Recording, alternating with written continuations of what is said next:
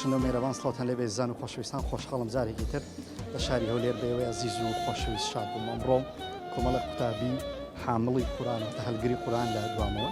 ئەمڕۆ دەم هەیە بەرنامەکەمان تایبەت بێ لە بەرکردن و پێکردنی قورآنی پیرۆز بزانین ئەوانە هەستێکی چۆنیان هەیە کە قورآنی پیرۆز لە بەرکردنەوە ئامۆژگاری مامۆستایان چییە بۆ دایک و باوکان و بۆ ئێمە بۆی کە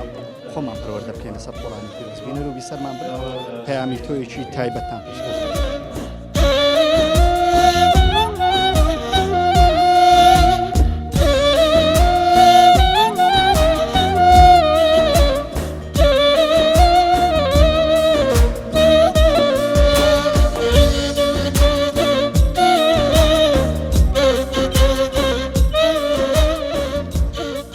ئەمڕۆ هەستێکی چۆنت هەیە کە خەڵاتی حافزی قورآنت پێبەخشرا خۆی ئەو هەستە بەیز نەوەک یعنی وەسف ناکرێ بڵێ هەستم چۆنە چونکە ئەوە جایزێکی زۆر گەورەیە ئینشاءالله دەبێتە جایزێ قیا هەم لە دنیا هەم لە قیامەت ئینشاءالله هەم ئەوانەی ئەو ڕێبەرزایان گرتووە ئینشاءالله بەردەوام دەبن و تەواوی دەکەن ناتوانین بڵێ بەیز نەوەک هەستم چۆنە چونکە هەستێکی وەسف نەکراوە بەیز نەوەک ناتوانی بیلەی کەسانی کە لە قورآنی پیرۆز دوورن تاوەکو ئێستاکە خۆیان فێرە قورآن نەکردووە ئینشاءالله خوای گەورە هیدایەتیان دەدا دەکەونە سەر ئەو ڕێگایە هەم ئەو خۆشی هەست پێ دەکەن کە ئەمە هەستمان پێ کردووە هەم ئینشاءالله دەکەونە سەر ڕێگای ڕاست پێم بڵێ وەرە ئێرە ئەمڕۆ هەستێکی چۆنت هەیە کە بووی بە حافز قورآن و خەڵاتی حافزی قورآنت پێدرا بەڕاستی ئەوڕۆ ڕۆژەکی ئەوەندە خۆشە نازام یعنی تعبیری کوو بکەم بەڕاستی ئەو کەسانەی کە قورآن ناخینن بەڕاستی مەحروومن لەو نعمەتەی خۆشترین ڕۆژە لە بۆمە بەخوا هەر کەسە ئەگەر قورآنەکەی بخینی ئەو دەزانین تام و لەزەتەکەی چییە ئەمنا تا هەر باسی بکەم تام و لەزەتی قورآن تەواو نابێت بەربوومی قورآنی پیرۆز زۆر کاریگەری هەیە لەسەر ژیانی مرۆڤ بەڕاستی لەبەرەوەی پێشەوەی دەست پێ بکەین ئەمە لەگەڵ قورآنی پیرۆز هەسوو کەوتێک ڕەفتارێکمان هەبوو بەس ئێستا هەموو گۆڕانکاری بەسەر هاتیە بەڕاستی لەگەڵ قورآن ژیانمان پڕ بووە لە بەرەکەت لە حکمت لە زانست لە خۆشی لە سەربەرزی لە سەرفرازی فەوە هەموو کاریگەری قورآنە بەسەر ژیان فئێستا ئەمن داواکاریەکم هەیە لە خەڵک داوایان لێ دەکەم لەگەڵ قورآن بژین تاکو بگەن بە سەربەرزی ژیان ئینشاءالله خوا سلامت بکەم بۆ کەسانەی کە لە قورآن دوورن تاوەکو ئێستاکە ئاشنا نەبوونە بە قورآن بەڕای من لەزەتی ژیانیان نەکردیان چکە قورآن لەزەتێکی تایبەتی خۆی هەیە ئەو کەسەی لە ناویتی کە هەستی پێ دەکات کەسێک ئەگەر لە ناوی نەبی نازانی بۆیە داوایە لێ دەکەم بێنە ناو تام و لەزەت لەم ژیانە بکەن ئینشاءالله لە بەرکردنی قورآن تەنها بەز نییە تەدەبور تێگەیشتن و فێرکردنیشی پەیمانتاندا و خەڵکی تریش فێر بکەن پێغەمبەری خوا دەڵێ خەیرکم من تعلم القورآن وعلمه ئێمەش لەسەر ئەو ڕێزکەی دەڕۆن مامۆستای کۆچ کورد و مامۆستای جەمیل ئەو ڕێزکەی هەبوو ئێمەش لەسەر ئەم ڕێزکەی دەڕۆن ئینشاءالله خۆشترین ڕۆژە ئەوڕۆ لە ژیان یعنی هیچ کاتێک یعنی ئێستا ئەمڕۆمان دەزانی جێژنەیە خەستن لە ماری من زۆر یعنی ئەو فەزڵ و گەورەی خودای گەورەیە کە بەڕاستی ئەو کەرەمە گەورەی لەگەر ئەمە کرد کە توانیمان هەموو قورئانی لەبەرکەین ڕاستە مەشەقەتی ژیان تۆزەک زەحمەتە ئەم بەخۆم لە مەکتەبێژ مامۆستا بووم ئەوە تەئسیریە بەس هیچ شتێک نەبووە ڕێگر سوپاس و ئەو خوای کە گەورەترین نیعمەتی پێبەخشین یا ڕەبی خودای گەورە نەخشەبی لە خوشتی بەڕێزی تریش ئینشاءالله کاتەکانت چۆن بوو ینی چۆن کاتت بۆ لە بەرکردنی قورآن دانابوو بەخوای نوێژی بەیانیان دوای نوێژی بەیانیان عادەتەن کە منداڵ و شت نووسیا ئەو باشترین کات بوو بۆ پاش نوێژی عیشایانیش بەڕۆژ زۆر کاتم نەبوو لەبەر دەوامی مەکتەبێشما بوو دوای نوێژی بەیانی دوای نوێژی عیشایان زۆرترین کاتم کاتی قورآن خوێندنم ئەو کاتان چی تێ بۆ کەسانەی کە دوورن لە قورآن خۆزگە یەک سانیە بەقەد ئێستا ئەو خۆشییان بزانی بە هەرگیز دوور نەدەبوون لە قورآن بڕواتەبی خۆشترین کاتەوە ڕۆحیە یعنی ئەوە لە ڕوحەوە زیاتر هەست پێکەن لە ڕوحەوە هەست پێ دەکەی بەڕام بڕواتەبی لە جەستای لە ناو ماڵی شت کە یعنی کاردانەوەی هەیە لە ناو ماڵی شت مامۆسەبینی ئەم جۆرە ئاهەنگانە کە کۆمەڵە قوتابی قورآنی پیرۆزیان لەبەرکرێت تا چەند جێگای دڵخۆشی بوویەوە لە سەرەتادا دەستخۆشی لە مامۆستایانی ڕێکخراو دەکەم خی گەور پاداش خێریان بداتەوە و هەروە پیرۆزبایی لە قوتابی بەڕێزەکان دەکەم کە خی گەورە ئەو شەڕەفەی پێبەخشین کەوابوون هەڵگری قورآن پیرۆز بە تەکید ئەسڵ وە هەموو مسلمانێک دڵی خۆش بی کاتێکەوە کەسانێک خی گەورە ڕێزیان لێدەنێتن قورآنی پیرۆز لە سینجی خۆیان هەڵدەگرن دیارە ئەوە کارێکە بەڕاستی لە هەموو عەسرێک و چەرخێکدا لە زەمەری پێغەمبەرەوە صلی الله عليه وسلم هەتاوەکو ئێستا هەتا ڕۆژی قیامەتێش مسلمانان گرنگیان پێدایە و شایانی ئەوەشە گرنگی پێ بدەن لەبەرەوەی بەشێکە لە جێبەجێکردنی ئاەتی رب العالمین کە دەفەرمی إنا نحن نزلنا الذكر وإنا له لحافظون ئیتر شێوازێک لە شێوازەکانی حفظی قورآن لەلایەن رب العالمینەوە ئەوەیە کە خوای گەورە لە هەر زەمانێک و لە هەر جێگایەک کەسانێک مشەڕەف دەکات بە هەڵگرتنی قورآن لە ناوسینگ و دڵ و دەرونیان لێ بەڕاستی ئەم کەسانە لە بۆ خۆیان سەربڵند دنیا و قیامەتن لە بۆ خزم و کەس و لە بۆ خاک و وڵاتی خۆشیان دەبنەمایی بەڕاستی دەبنەمای ئەمن و ئەمان دەبنەمای ئەوەی کەوەکو رب العالم دەفەرمێ ما يعبأ بكم قل ما يعبأ بكم ربي لولا دعاؤكم فقد كذبتم فسوف يكون لزام ڕاستی وجودی مسلمانان بەگشتی و حافظی قورآن بەتایبەتی سەمامی ئەمانە لەو بەردەوامبوونی ژیان و لەو بەردەوامبوونی ئەمن و ئەمان لە کۆمەلگادا. خی پەروەردیگار داوامان لێکای ئمە تەنها قورآن لەبەر کەینیان دەبێت قورآن چەند مەرحەلەیەکی هەیە کە ویستە مسلمان بیکە. دیارە واجبی سەرشانی مسلمانان بەرامبەر بە قورآنی پیرۆز یەکەمیان ئەوەیە کەوا فێربوونی خوێندنەوەی ئینجا لەبەرکردنی کە بەڕاستی لەبەرکردنی دیار فەڕدی کفایە لەبەرەوەی تەنها سوورەت ئەلفاتحە فەڕد و عینە لەسەر هەموو مسلمان ئەوەی تریان ئەوەی کەوا هەمووی لەبەردەکەوە مشەڕەف دەبی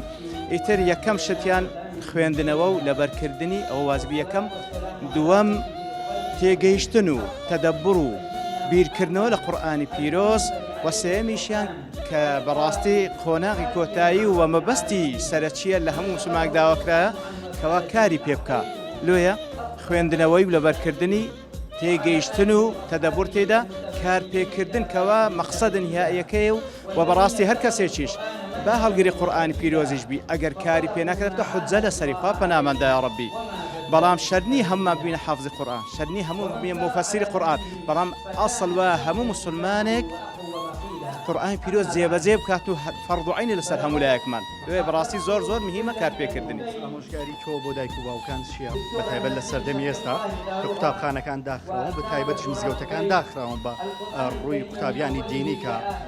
لە مزگەوتەکان قورآن بخوێن ئامۆژگاری تۆ بۆیان چییە؟ وەڵاهی بەتەکید دیارە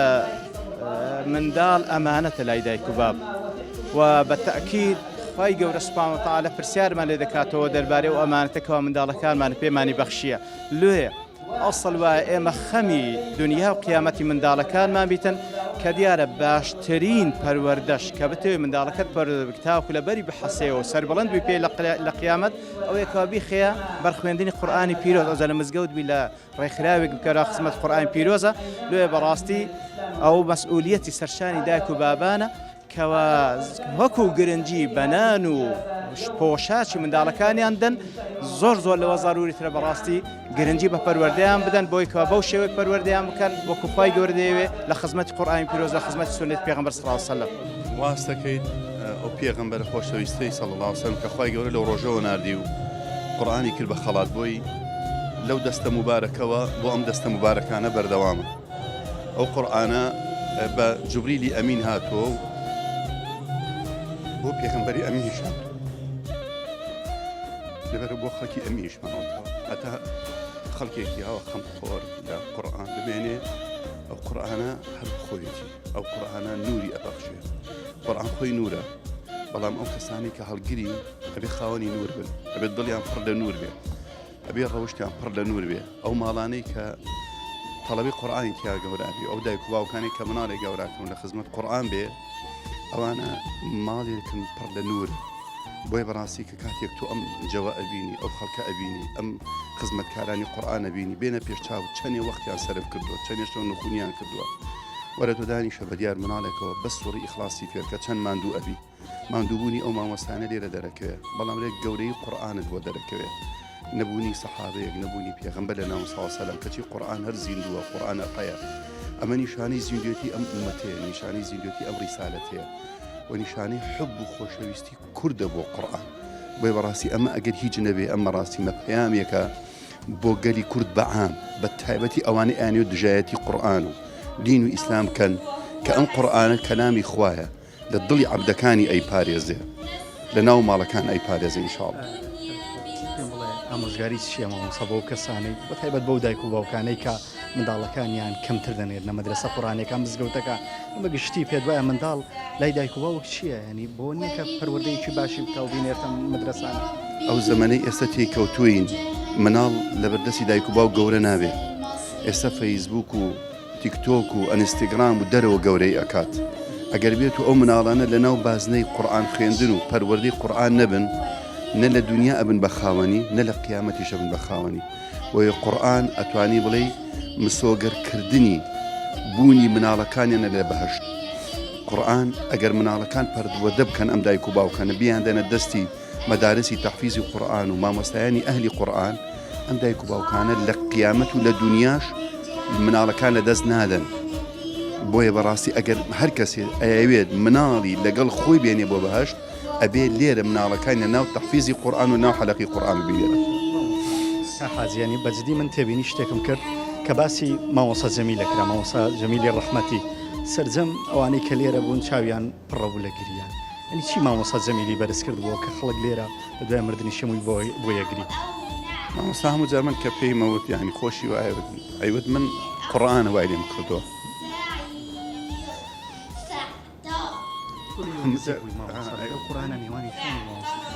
مامۆستا هەر قورئانی خوێند هەر قورئان بوو ینی هەر بێجگەل لە ینی ختمی ڕۆژانی خۆی لە مراجعەی خۆی یان لە خزمەتی خەڵک بوو قورئانی پێوت یان بۆ خۆی مراجعەی قورئانیە کرد یان قورئانی لەسەر خەڵکە خوێند ینی مامۆستا جەمیل سەرتاپەی ژیانی قورئان بوو لە سەعات 2-3 و هەڵەسا خەریکی هەر قورئان خوێندن بوو بەیانی ئاهاتەوە خەریکی قورئان خوێندن بوو ینی من بەیانیان ئەچووم بە دوای بۆ مزگەوت ئەیوت ختمی جوزئێکم خوێندووە لە دوای کە لە مزگەوت ئاهاتینە ئەوی جوزئێکە خوێنم ئەو جا ئەخەوم بە بەردەوام ئەمە جا من لەگەڵی بووین لە حەج بیان لە سەفەر بێ لە شوێنێ بوو دەمیە جوولە و مامۆستا چیەکەی خەریق مراجعەم معدل لەگەڵ قورئانە بوو بەڕاستی کار بوو مامۆستا جەمیلی بەرز کردەوە هیچ تانیە قورئان چونکە کەلامی خوایە کەلامی خوش عەلیە هەر کەس دەستی پێوە بگرێ بەرزە ئینشاءالله بەڵێ زان و خۆشەویستانەوەی بینیتان بەشێک بوو لە ڕاو سەرنج و ئاوکات هەستی ئەو کەسانەی کە قورئانی پیرۆزیان لەبەر کردووە مامۆستایانی قورئانیش من دەستمە لای ناوبڕەیەکی کورد دێمەوە خزمەتی وەیە خۆشەویست و لەگەڵتان بەردەوام دەوم دوایەوە ناوبڕەیە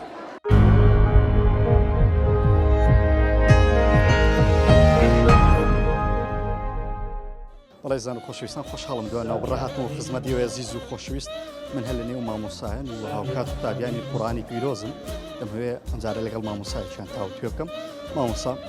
پێم بڵێ تا چەند دڵخۆشی کە دەبینی لێرە کۆمەڵی قوتابی حافظ قورئانتان پێگەیاندووە بەخێر لەسەر ساڵ دڵخۆشیەکەەوە وەسف ناکرێت دەڵان ناتوانین بە زمان وەسفی ئەو خۆشی بکەین کە ئەو ڕۆمە تێداینە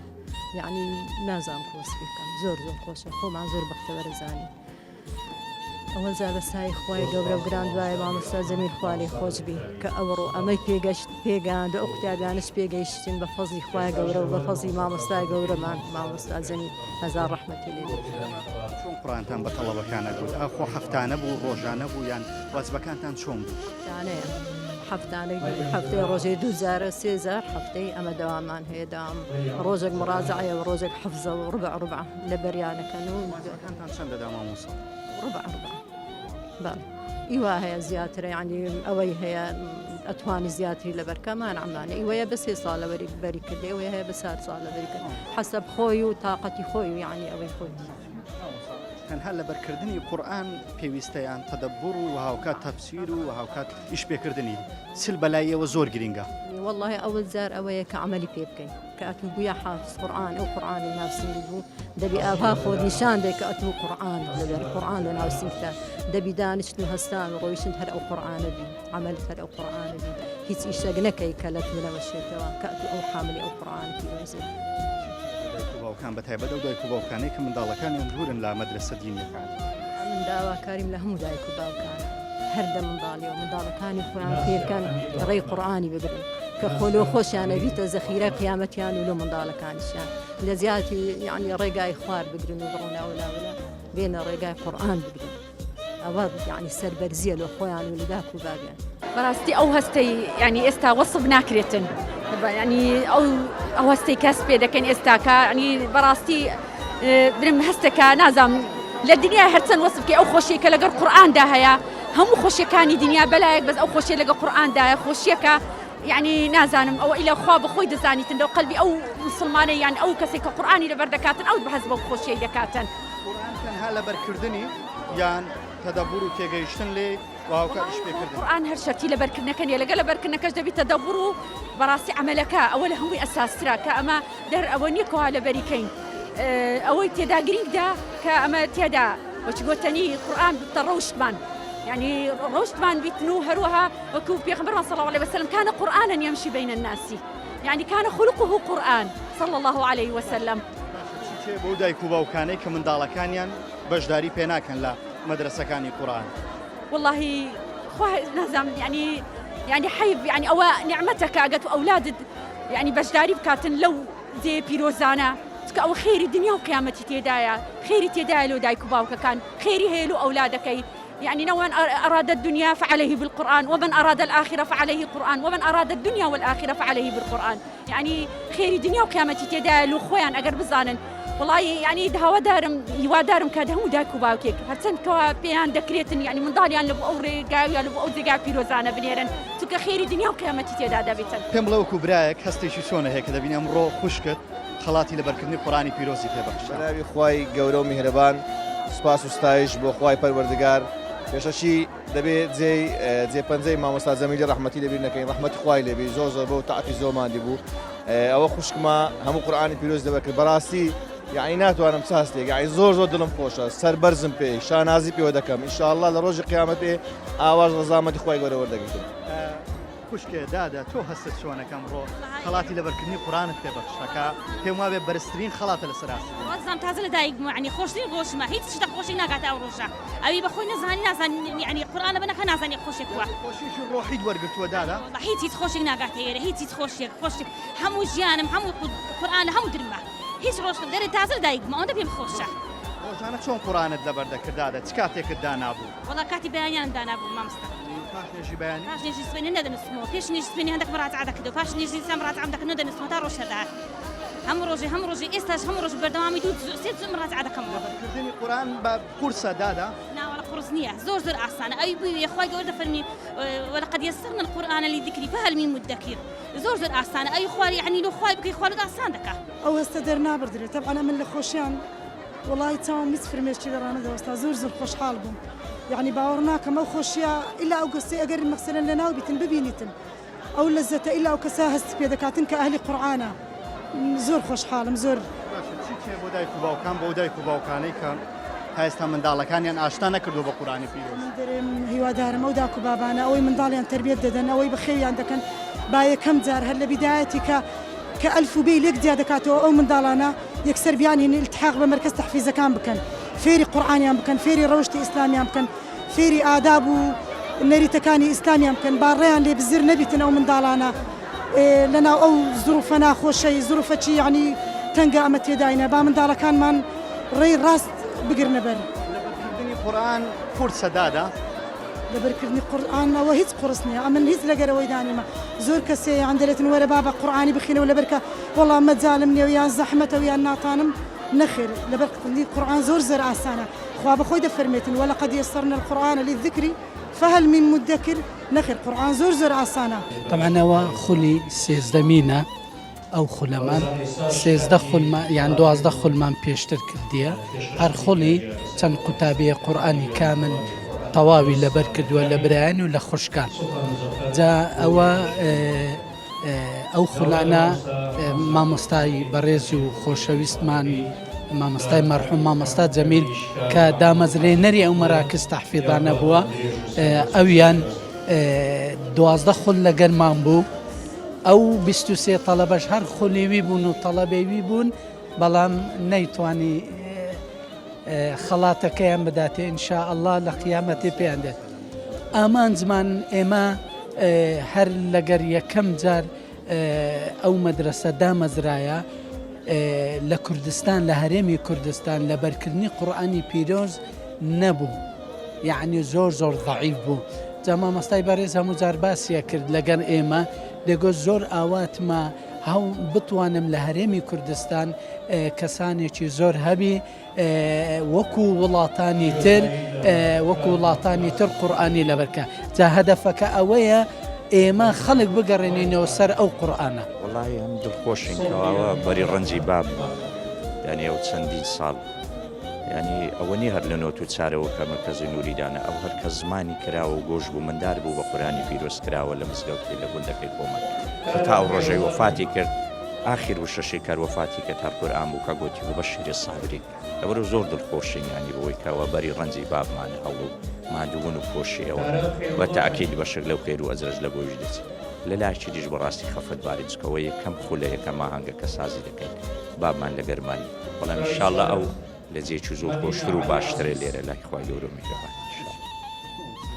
باسێکی باوکت بکەن ینی لای زۆر کەزیان هەر کە لێرە ناوی باوکتات سەرجەمیان چاویان پڕ بوو لە گریا چی وای کردبوو مامۆستا جەمیل ئاوا بەرز بێتەوە وەڵا بەس قورئان یعنی بەس قورئان هەموو جارێ بەمەی دەوەرێ بۆ کوڕ دەگوم بۆ قورئانی گەورە بوویمە دەگو ئیوەچی من دەرۆزەی دەکات لە جێیان دەستپان دەکات و لەو پارێ بەس دەگو خەرب لێداوە هاوکاری لە من دەکات دەگو بەس ئەو قورئانێ لەبەر زۆر دەست بۆ قورئانەی بگرین دائیم بەمەی دەگو دەگو ئەنگۆش کوڕە دەست بۆ قورئانی بگرن بۆ قورئانەی گەورە دەبن هەر کاتێک لێی دوورکەوتنەوە کچکەن نێوانی چۆن بوو لەگەڵ قورئان ڕۆژانە دایم خەریکی قورئان ینی مەسەلەن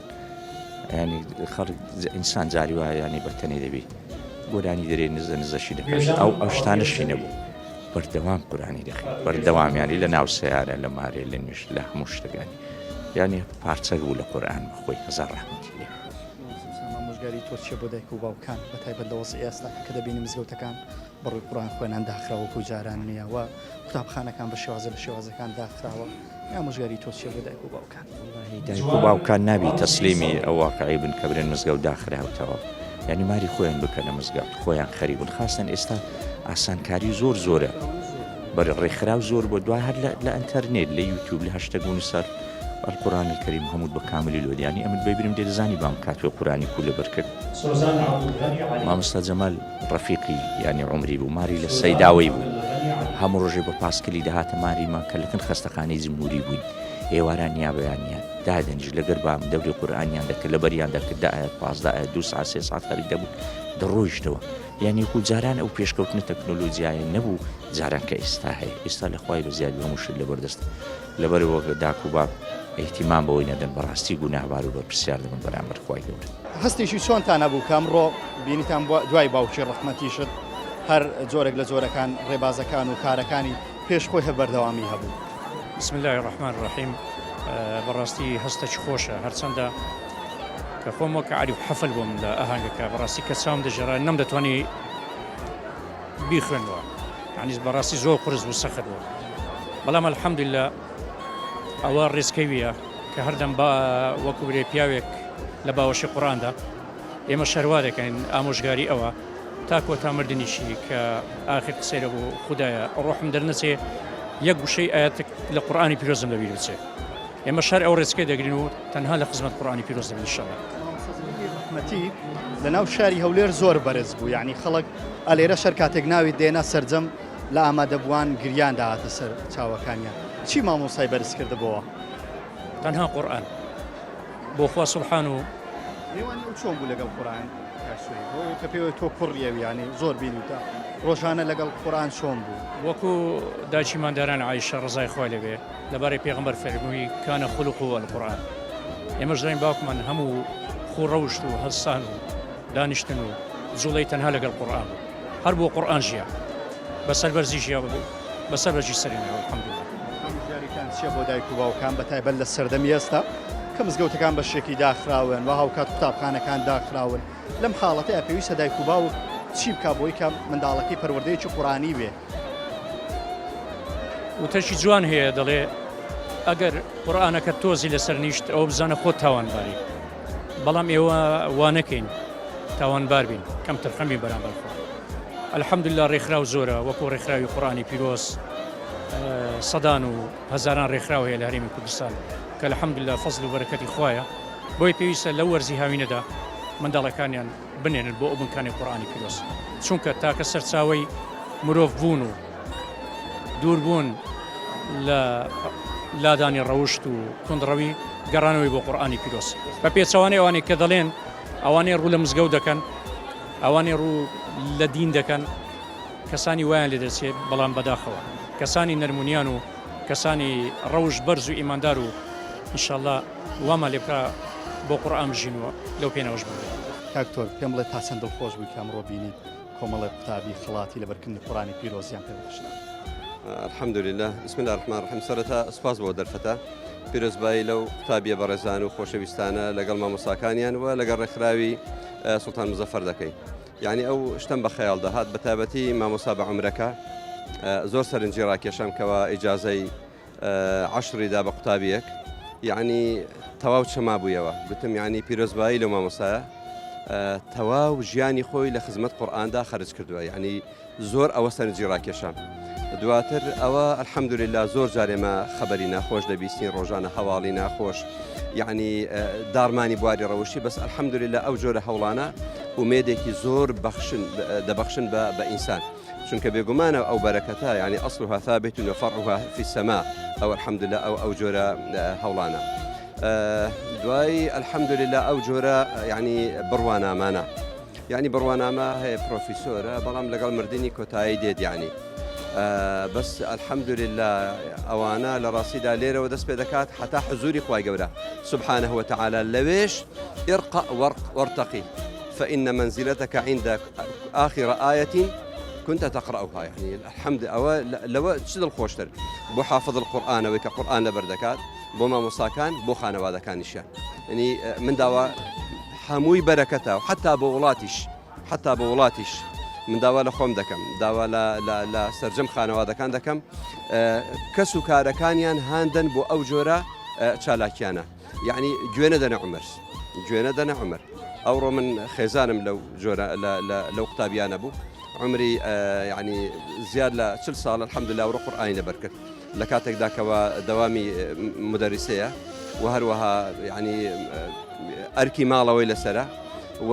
لە ڕاستیدا یەک دوو نەخۆشی گرانیشی هەیە ئینزیلاق و ئەوانە و بە هەمان شێوە یعنی لە ماوەی مانگی 11 2020 هەتا 4 ڕۆژ پێش ئێستا دایکی خوشکێکی برایەکی وفاتیان کرد بەز الحەمدولله قورئان زیاتر هاندەری بوو کەوا خۆی لەبەر ئەو موسیبەتانە ڕابگری جێگای دڵخۆشیە و جێگای پیرۆزبایی لە هەموو لایەک. مامۆستا بۆ دایک و باوکان لە کاتێکا بە جۆرێک لە جۆرەکان لە مزگەوتەکان وەکو جارانی قەدیم نیوەستە قەدەغ کراوە ئەم جۆرە قورئانەوە ئەم جۆرە خولانە بکرێتەوە و قوتابخانەکان بە جۆرێک داخراونێنی ڤایرۆسی کۆڕۆنا سەرجەم ژیانی گۆڕی لەم کاتەیە ئامۆژگاری چیە بۆ دایک و باوکان کە منداڵەکانیان لەسەر پەروەردەی ئیسلامی فێرکردنی قورئان ڕابێت؟ کۆڕۆنا من دەتوانم بڵێم بە بوارێکی تر زیاتر بابەتی قورئانی تەشجیع کرد لە ڕێگای ئۆنلاینەوە یعنی زۆر جار من دایکی عەبدوڕەحمان سەرباری مامۆستاکانی خۆی سەیری مامۆستایەکی مالی زیای دەکرد لە ڕێگای ئۆنلاینەوە یعنی لە ڕێگای ڤیدیۆکانیەوە یعنی ئێستا زۆر مامۆستا هەیە قوتابی لێرەیە مامۆستاکەی لە تورکیا مامۆستاکەی لە مالیزیا مامۆستاکەی لە سعودیە مامۆستاکەی لە میسرە لە ڕێگای ئۆنلاینەوە لەگەڵیان بەردەوام دەبێت یەک دوو الحەمدولله جێگای دڵخۆشیە لە پارێزگای هەولێر شاری هەولێر و دەوروبەری 32 بنکەی لەبەرکردنی قورئان هەیە الحەمدولله کەس عوزری نییە لە ڕاستیدا کەس عوزری نییە بنکەکان کراونەوە و هەمووشیان یعنی خەڵکانێک جاریوە هەبووش دەیان گوتوڵە ئەوەی بچێتە ئەوێ یعنی ڕەنگە نازناوێکی لێبرێت ئەو بنکوانە هەمویان موافقەی وەزارەتی ئەوقاف و حکوومەتی هەرێمی کوردستانی لەسەر ئەو ڕسمینە هیچ کێشەی لەسەر الحەمدولله. بەڵێ زان و خۆشەویستانەوەی بینیتان و بیستان بەشێک بوو لە هەستی ئەو کەسانەی کە تەواوی قورئانی پیرۆزیان لەبەر کردو و ئامۆژگاری مامۆستایان یاینی بۆ ئەو کەسانەی کە دوورن لە قورئانی پیرۆز بەو هیوای هەموو لایەکمان بگەڕێنەوە سەر بەرنامەکەی پێغەمبەری خوا صلی الله علیه وسلم و قورئانی پیرۆز بۆی کە لە هەردوو دنیا سەرفراز و سەرکەوتوو بووی. ئەڵقەی وزارەی بەرنامەی پەیامی تۆم پێشکەشکردن سوپاس بۆ هاوکارم تەڵیب خۆشەوی تا ئەڵقەیەکتر و بەرنامەیەکتر بە ئێوەی عەزیز و خۆشەویست شاد دەبمەوە. بەخوای گەورەتان دەسپێرم سپاردەی خوا بێ.